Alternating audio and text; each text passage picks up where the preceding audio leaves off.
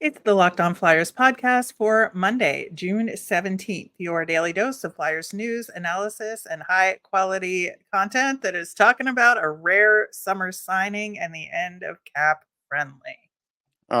This is gonna be sad.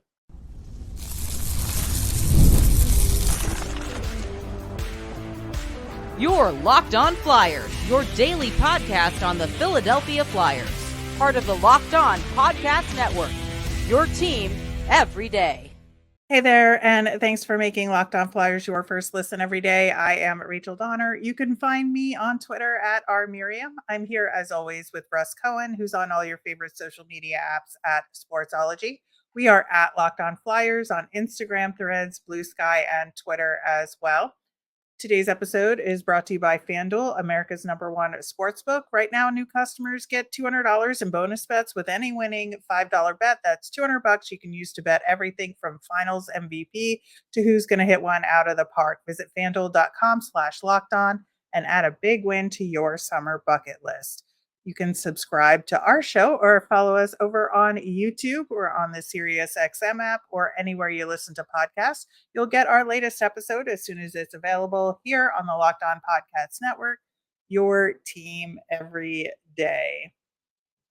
Russ, it was an interesting Saturday as I was heading out the door for some fun summer activities. And lo and behold, the Flyers made a signing.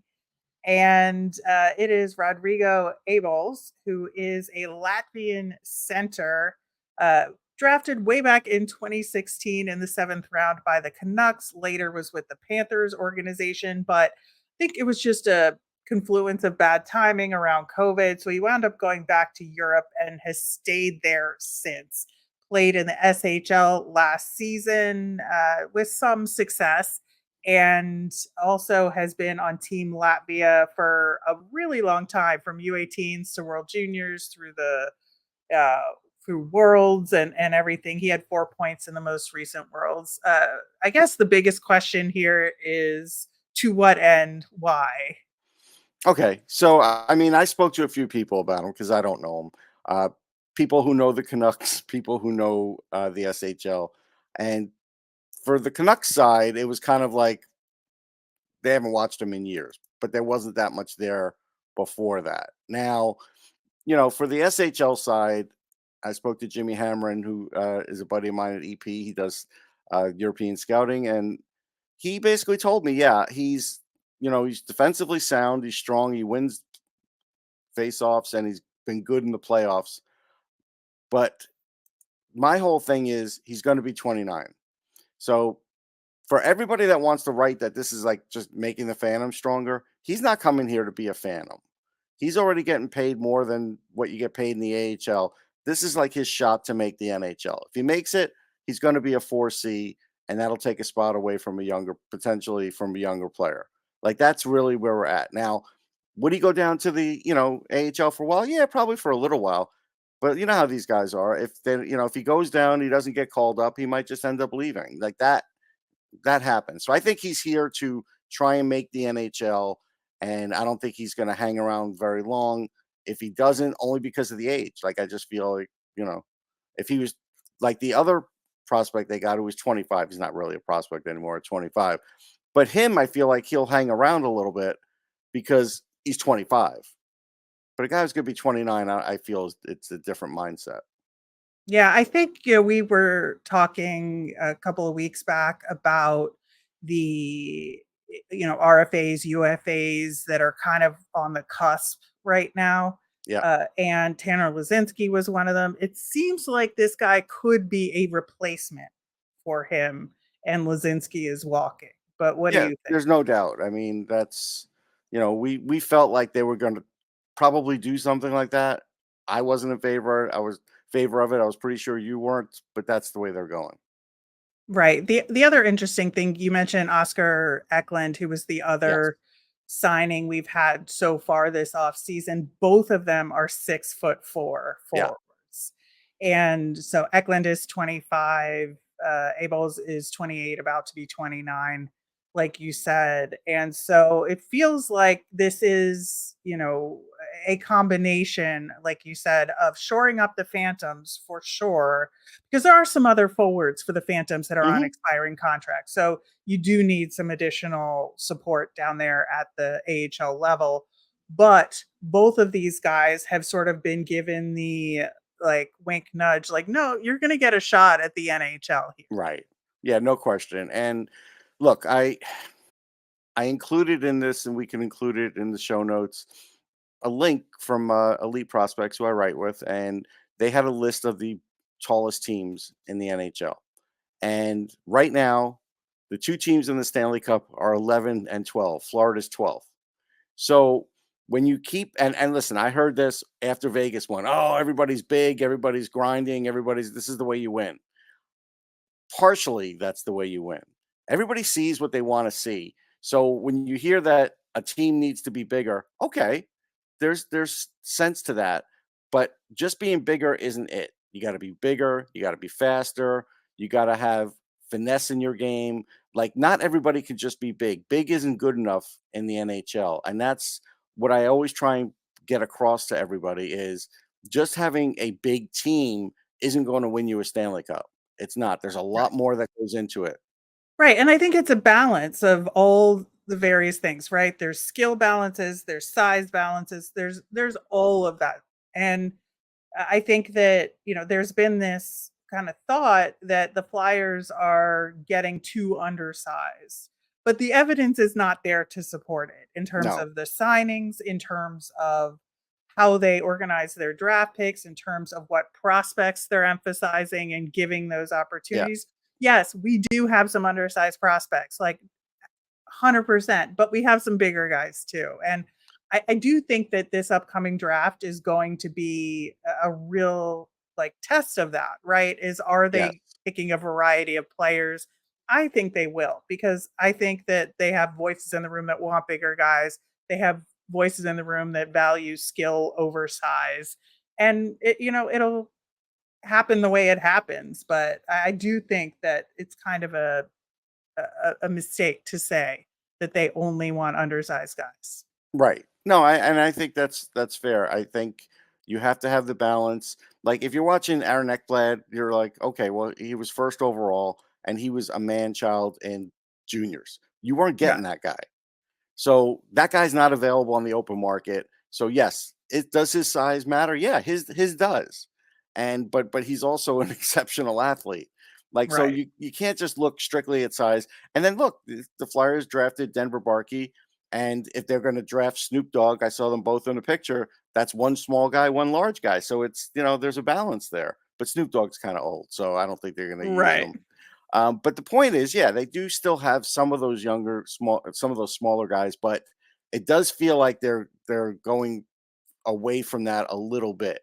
So I will want to see in this draft how they draft with that. Like if you have someone like Mitch Cup, you don't worry about size and whatever. That he trumps all that, so I don't even include him in the conversation. Barkey was Right. at least a good step the other way, but if you start looking at the Flyers drafts the last few years, it's more big than small, obviously. Yeah.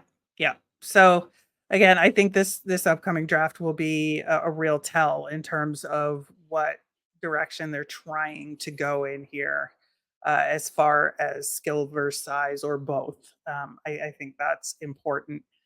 But we've alluded to the Stanley Cup Final players here, but oof, the Oilers did not want to be embarrassed in a sweep, and they absolutely put a button on that with their 8-1 win.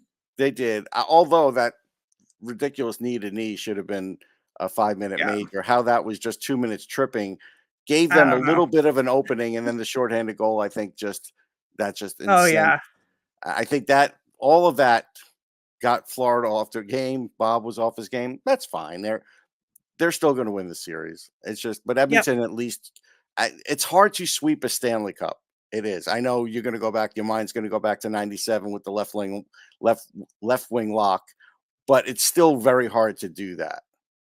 Absolutely. And we had said that the Panthers were going to win in 5 or 7 Yeah. and Yep. not 6. So Right. it's still on the table, and looking forward to either one of those eventualities coming true. In the meantime, we did mention Cap Friendly at the top of the show. We are very sad. I used Cap Friendly pretty heavily in preparing some stuff over the last couple months. So we're going to talk more in depth about what it means for everybody and the Flyers specifically. We're going to do that coming up next.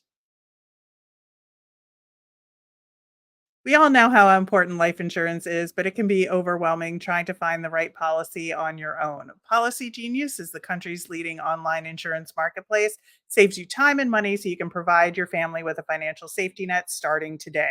With Policy Genius, you can find life insurance policies that start at just $292 per year for $1 million of coverage. Some options offer same day approval and avoid those unnecessary medical exams.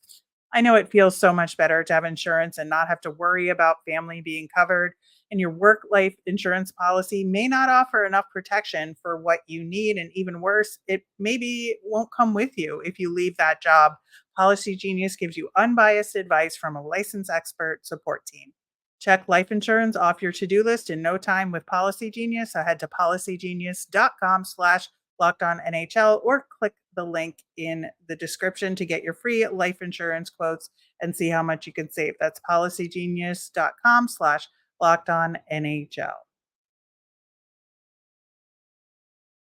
We will get to your mailbag questions later in the week, so make sure to get those in. You can email us at lockedonflyers@gmail.com, send us a message on Twitter, or comment on our YouTube channel.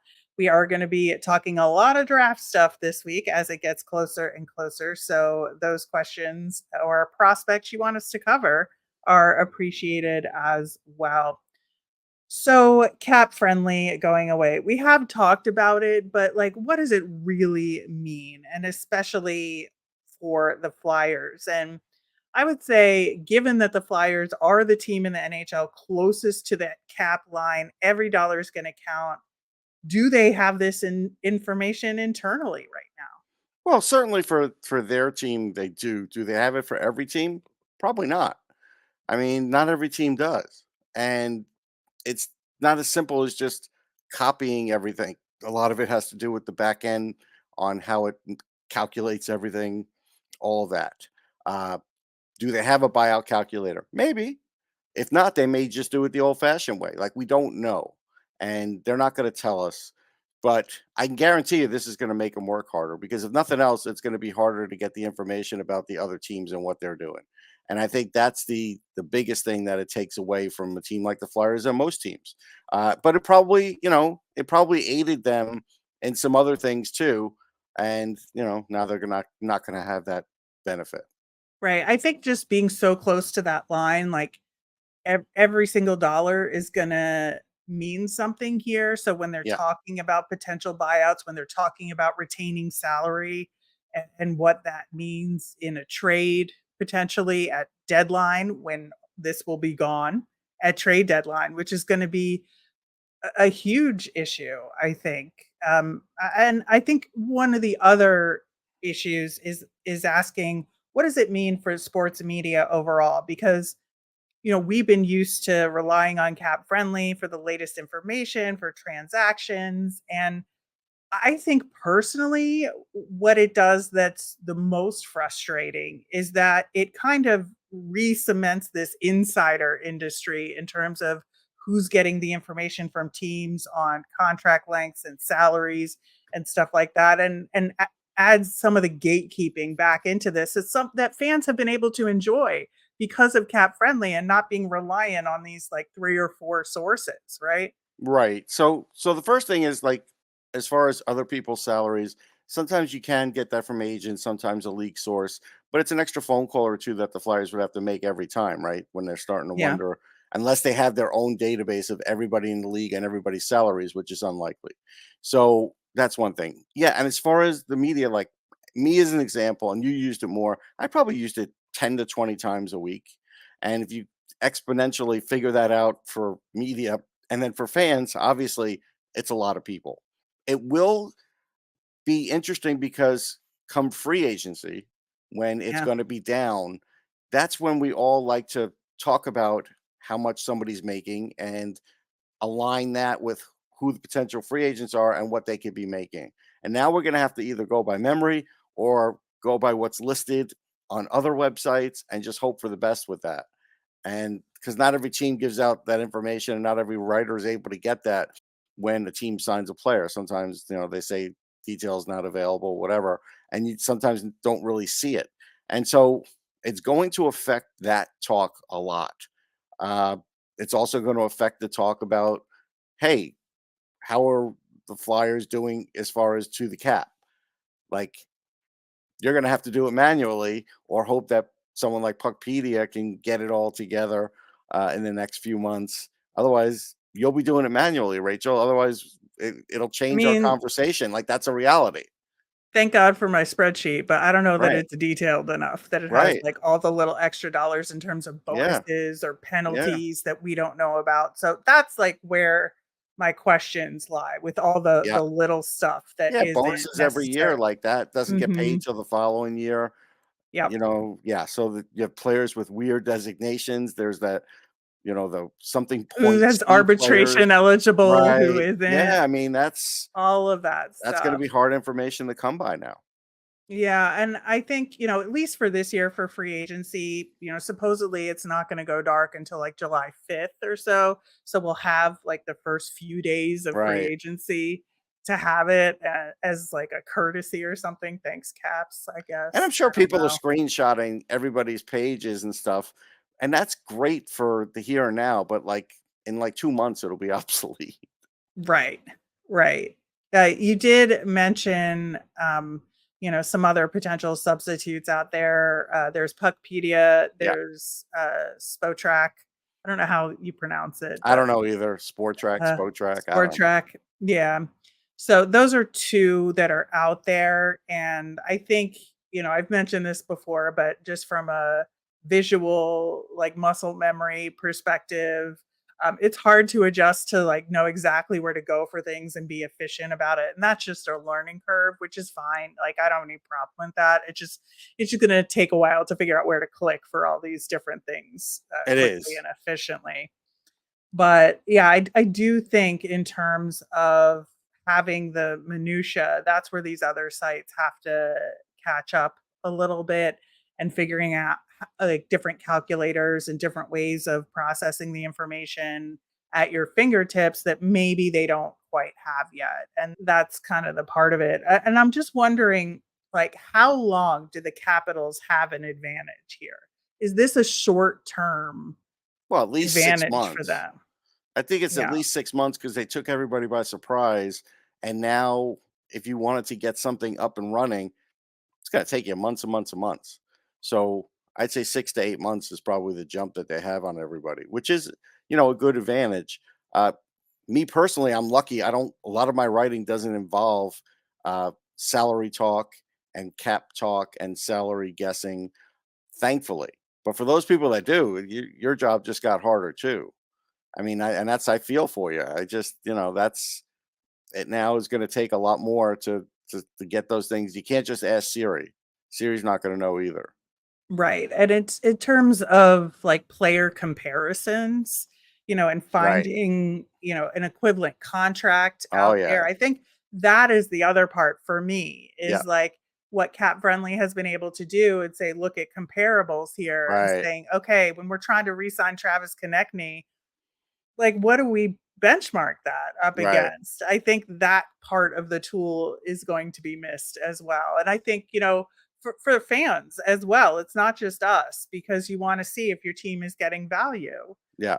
for your player, and you want players to get rewarded, but you have to do so in this cap framework to make your team better overall. And I think it's a valid form of evaluation for fans of their team, and fans have gotten smarter and smarter over the They years have. with all of this stuff, a lot due to the work of Cap Friendly. Right. And they can challenge ownership and management and saying, I think you overpaid this guy by 1.3 million and here's my evidence to support it. And I don't know if it'll make it easier for management to get away with stuff or harder for them to do the work. And where's the balance there? Right. Well, here's the interesting thing with that is, we could peel back the curtain a little bit and say it's nice to have Cap Friendly up on another screen when we're talking salaries, because it's hard to keep that in your head all the Right. time when you're talking on the radio. That's going to be hard too. For everybody doing podcasts and such, you're going to need to print out stuff in advance and have it, hidden somewhere so you could look at it. Because again, I'm not going to remember, is this guy 5 years 4.7 or 4 years 5.7? Like sometimes, when you're in conversation like we get here, you need to glance over. I glance over at my own scouting notes a lot of times when we're talking about prospects because there's something I don't want to leave out. So everybody's job got harder. That's the way it is. And these other sites will be a help. Yeah. But it's just, we're not going to be able to get into the real nitty gritty anymore. Yeah, so I'm hoping, those other sites will get better and better as we go forward. And I think there are some things about the other sites that are good relative to Hmm. Cap Friendly, that they have. I think, Puckpedia integrates, for instance, the team's Twitter feed into their page. Right. And so you have the latest news from the team. And I think that, the way that they're able to toggle, the cap hit versus the salary into like a different screen so you don't have to deal Yeah. with all of it at once. I think that's great. So I do think there's a lot of potential here. Hmm. And the way they've color coded things, if you're a visual Right. person, It I think helps. that is helpful, uh, relative to Cap Friendly. Cap Friendly does have color coding, but I think it's just more I would call Cap Friendly's layout more dot matrix to Yeah. Puckpedia's laser printer. If Yeah. that's I think that's that's fair. an old person reference here. Hmm. But I do think that there's some stuff they've gotten right too. So I'm excited to dig in and see what's going on there. But Obviously, they've I'm gotten too much right. yeah, Now that's they became too valuable or yeah, invaluable. yeah. So, all right, we will see what life is like without Cat Friendly in a few weeks. Don't like saying that, Sad. but No. very sad. But in the meantime, it is Monday, so we'll have a new poll question for y'all, as well as a new Nemesis of the week coming up next.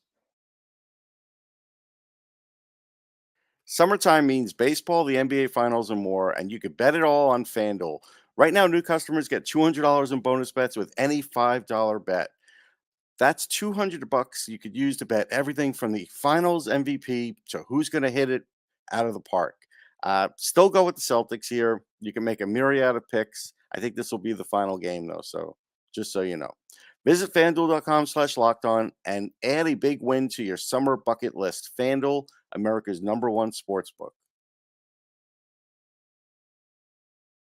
All right, so we are getting closer and closer to the NHL draft. And, we've been looking ahead to who the Flyers might pick this year, but we also want to look back a little bit. We'll be doing that in detail on tomorrow's show about some recent draft classes and how they're panning out so far. But looking at the last 20 years for the Flyers, what is the best draft class the Flyers have had overall? So we've got for you 2006, 2011, 2012, 2014, and 2015. And there are some, varied results here. And some of these are very top heavy. Some of them we picked because they have multiple picks that have panned out. I think that, you look at the 2006 draft, which is on this list, pretty much just Claude Giroux, right? Right. But that's a big one. So you have to It put it is. on there, especially because he was a 22nd overall pick. It wasn't like Right. he was a top 5 pick. No, that's fair. Yeah, I have a way of deciding what's a good draft or not in my mind and sort of mathematically, and I'll go through that. But yeah, pick yours. See what you got. Yeah, looking forward to seeing who you think which year the Flyers did the best in of this list. Link to that poll is in the show notes, and it's over on our YouTube channel as well. As far as Nemesis of the week, appropriate to today's discussion, last week I talked about the Caps for buying Capfriendly in the first place. That was my nemesis. It's still my nemesis. But as we get closer to the draft itself, it's, a little over a week away at this point, or a week and a half away. Overthinking the draft is my nemesis because it's kind of the week before draft week. And I think by draft week, you pretty much have your feelings settled as to, especially for the 12th overall pick for the Flyers, given the different scenarios, who you would select it in that spot. But I think there's going to be a lot of overthinking over the next week or so, just in terms of getting those final draft boards together and getting those scenarios together and, what's a good mock draft board, what's not. And I myself am quite nervous about it. Yeah, I mean, look, I still have some things to do on the radio. There's going to be a live mock draft that I do with Shane Malloy. I think it's next Thursday, or this Thursday. This Thursday. I'm going to be on OMB on Monday talking about it. I will talk about it until there's nothing left to talk about, and I will jostle it around in my head. My final picks are my final picks. I don't really do like a written mock, so that's where my opinion will change maybe on who's going to take what. And yeah, that'll go right up until the end. Like for me, it's just that's the way it goes until the draft starts. But yeah, my nemesis is going to be just people that want to say, well, the draft's a lottery pick and don't put too much into it, and you only get so many players that make a team. While that's true, I'm not going to be the guy that says that while a draft is happening, because you could see that every once in a while, like a team will get 3 players out of a draft. Teams are looking for 2, but sometimes they'll get 3. Sometimes they'll get 4. Sometimes they'll get 5. Sometimes they'll get none.